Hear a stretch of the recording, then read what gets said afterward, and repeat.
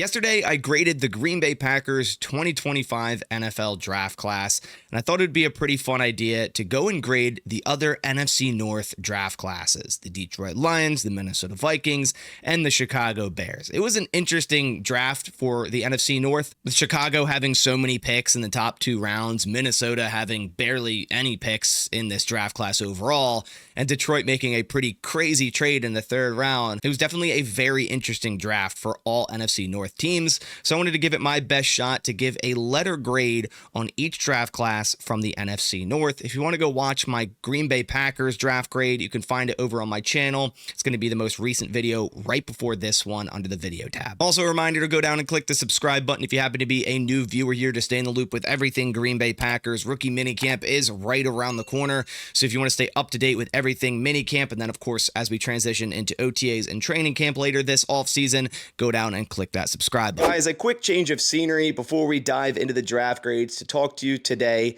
about this video's sponsor, Valencia Theater Seating. Guys, if you're in the market for some super comfortable, awesome chairs for your man cave or wherever you watch your movies, TV shows, or better yet, football, Valencia Seating has you covered. I myself got the Valencia Oslo model here, this two-seat model with 3 separate cup holders, a ton of different features, and you may just be looking at these and going, hey, these are just plain old seats. Well, they have much, much more to offer than that. Adding these seats to my man cave now allows me to sit back, relax, and watch my favorite shows, movies, and football. First and foremost, these seats are made with premium Italian Napa leather and are super, super comfortable. They feature this diamond quilted stitching, which not only adds added comfort, but looks really, really cool as well on the front face of the chairs. And you might be asking, what do all these controls on the side here do? Well, this is the tactile control system, and it includes the motorized headrest, the lumbar support, and the motorized recline, and also has a USB port so you can plug in your devices such as phone, laptop, and use them while charging. As stated, this control panel has plenty of different features.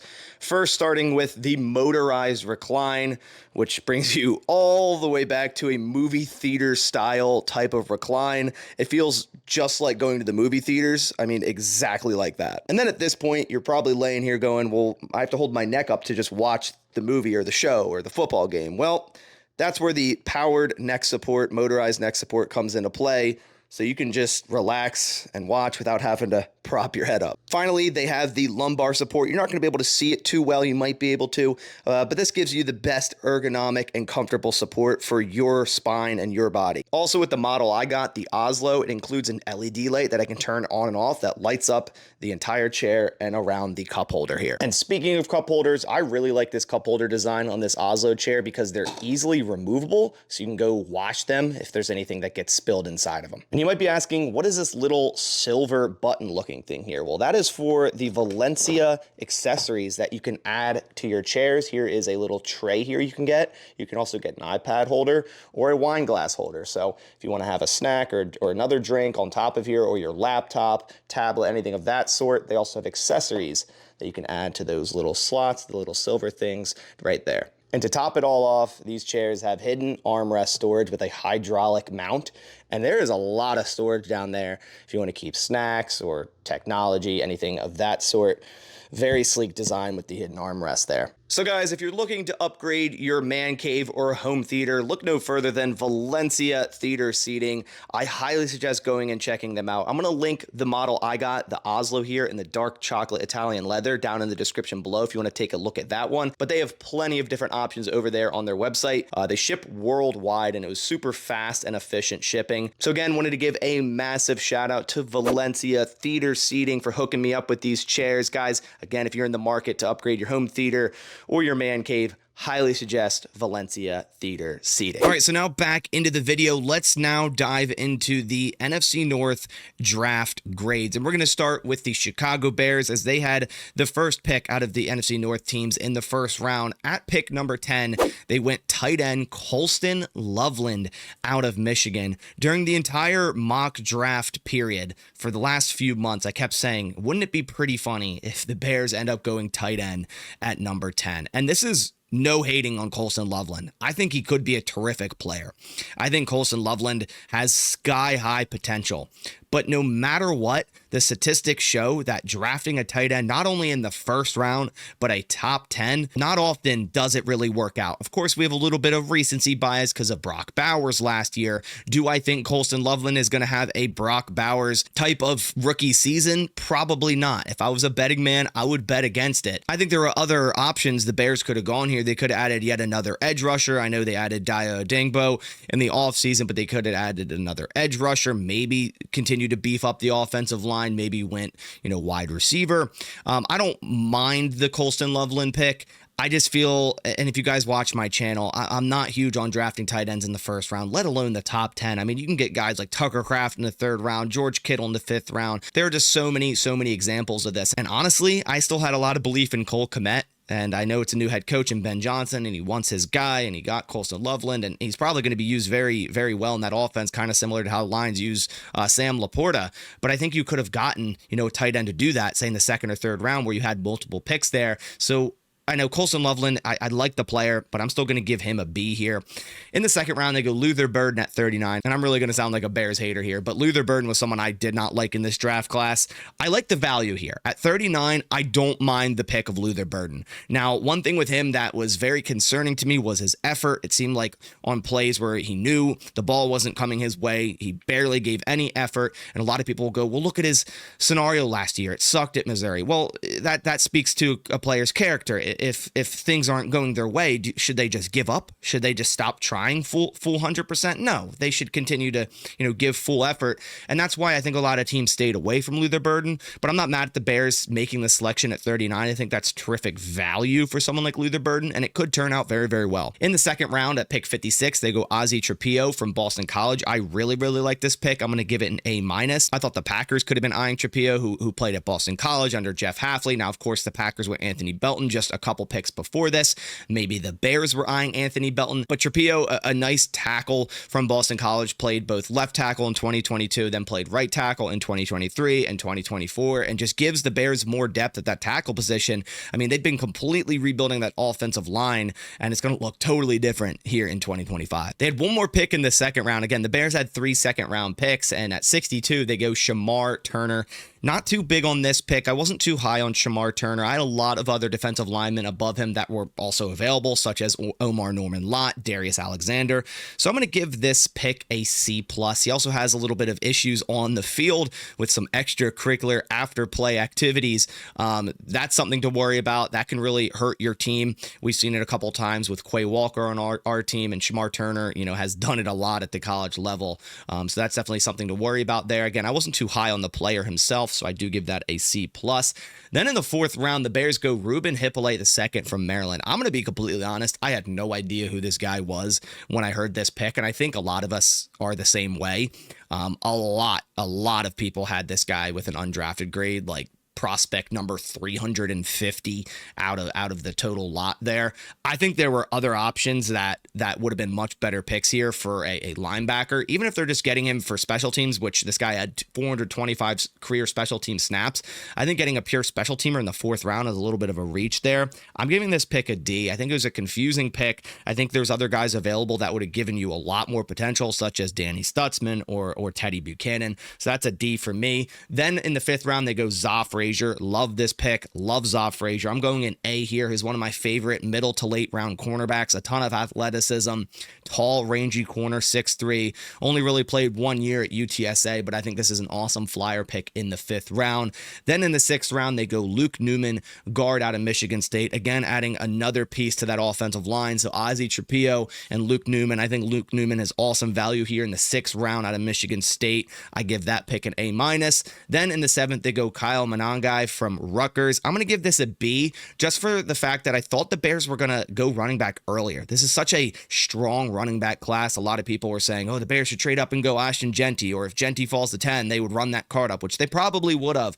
But I thought they would have addressed running back in one of their 3 second-round picks, right? There are plenty of options there. They wait all the way to the 7th, and this might just say, hey, they have a lot of hope in Swift, which they may, but you still got to plan for the future. And I'm not doubting Monangai here in the 7th round. I think that is good value for this running back out of Rutgers, but I just really think the Bears would have addressed running back earlier, so I'm giving that a B, which then rounds up to a B+ for the Chicago Bears 2025 NFL draft grade. I think there were a couple spots they could have done better, but there were some really good value spots, such as Luther Burden, Zoff Frazier, some really solid picks in Ozzie Trapillo and Luke Newman. But of course, then there's the 4th round with Ruben Hippolyte. I'm not huge on a tight end in the top 10, even though it's Colston Loveland, which I do like the prospect, and I just think they could have gone running back a bit earlier. Next, let's go over the Detroit Lions draft grade. In the 1st round at pick 28, they go Tyleik Williams. And I know a lot of Lions fans were upset with this.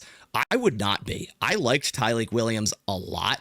If you watch the Ohio State defense, say if you're watching it for Jack Sawyer or JT Tumola-Au, Tyleik Williams was the heart of that defense. He was the one right in the middle, taking on double teams, gap filling, allowing these other players on that Ohio State defensive line to get one-on-one opportunities and get after the quarterback. I was very, very high on Tyleik Williams and even thought he could become a Green Bay Packer. Say if there was a run on defensive lineman like there was, and the Packers wanted to sit and pick or trade back and pick and get a defensive lineman, I thought Tyleik Williams was the option there. So I'm giving this pick an A-.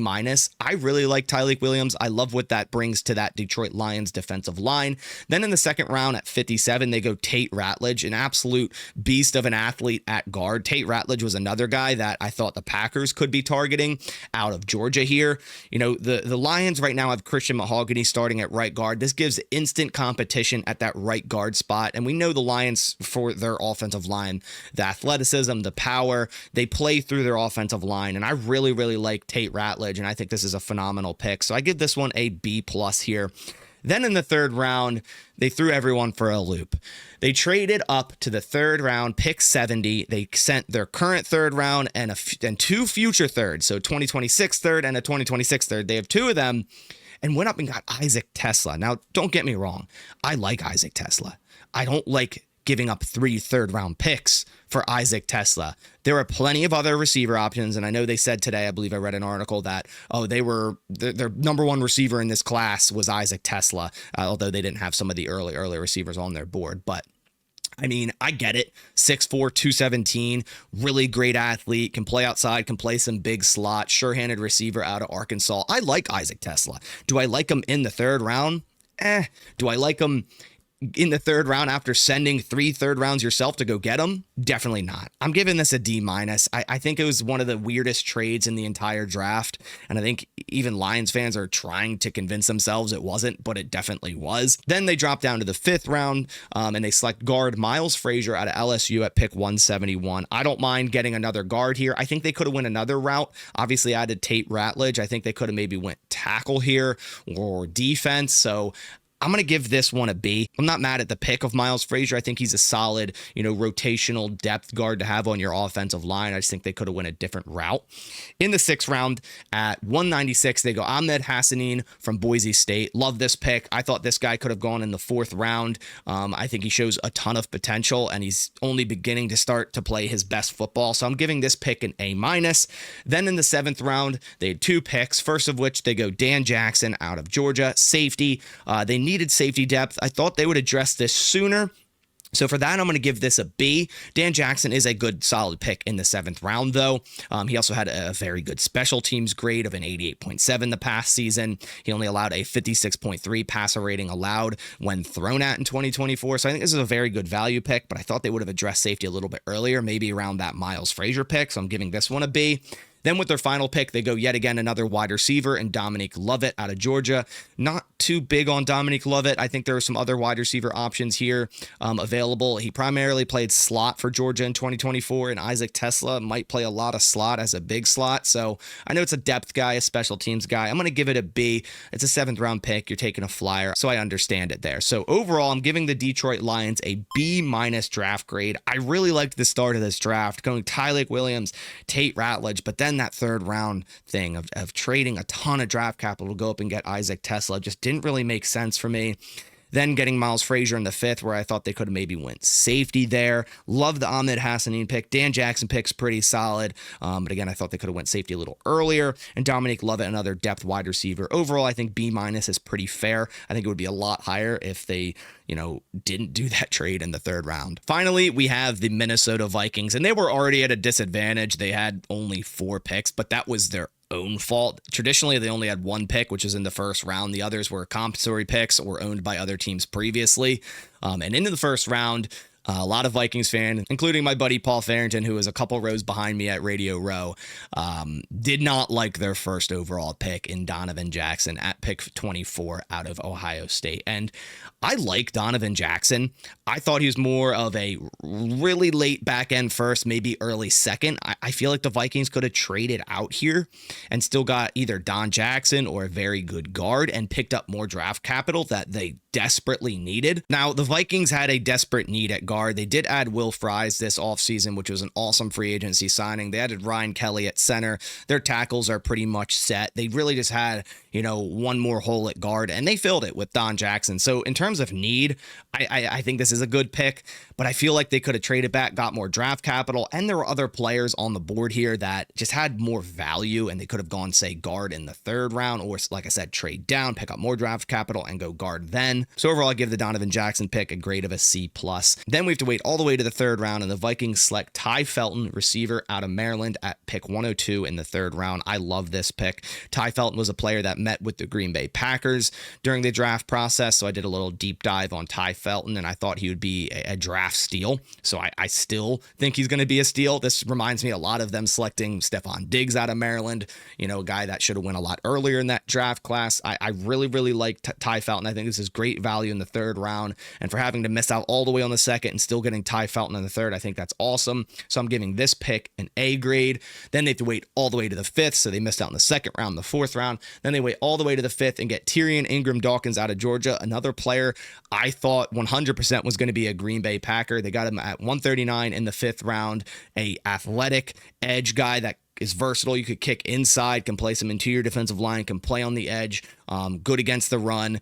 Not great production per se at pass rush, but I think his best football is ahead of him. I'm going to give this pick a B. I like Tyrion Ingram-Dawkins, but they also could have got maybe an edge rusher that had a little bit more production. And I think if the Packers selected Ingram-Dawkins in the 5th, I would have given the exact same grade because we want guys with production, which we did get in the edge room with Baron Sorrell and Colin Oliver. Then the final 2 picks, they had 2 picks in the 6th round. We had Kobe King at 201 in the 6th round, linebacker out of Penn State. I like this pick here, a solid depth linebacker, run-stopping specialist at Penn State. He had an 89.2 grade in run defense, and he also posted 15 coverage stops in 2024. I think this is very nice value in the 6th round for a linebacker from Minnesota. I give this pick a B here.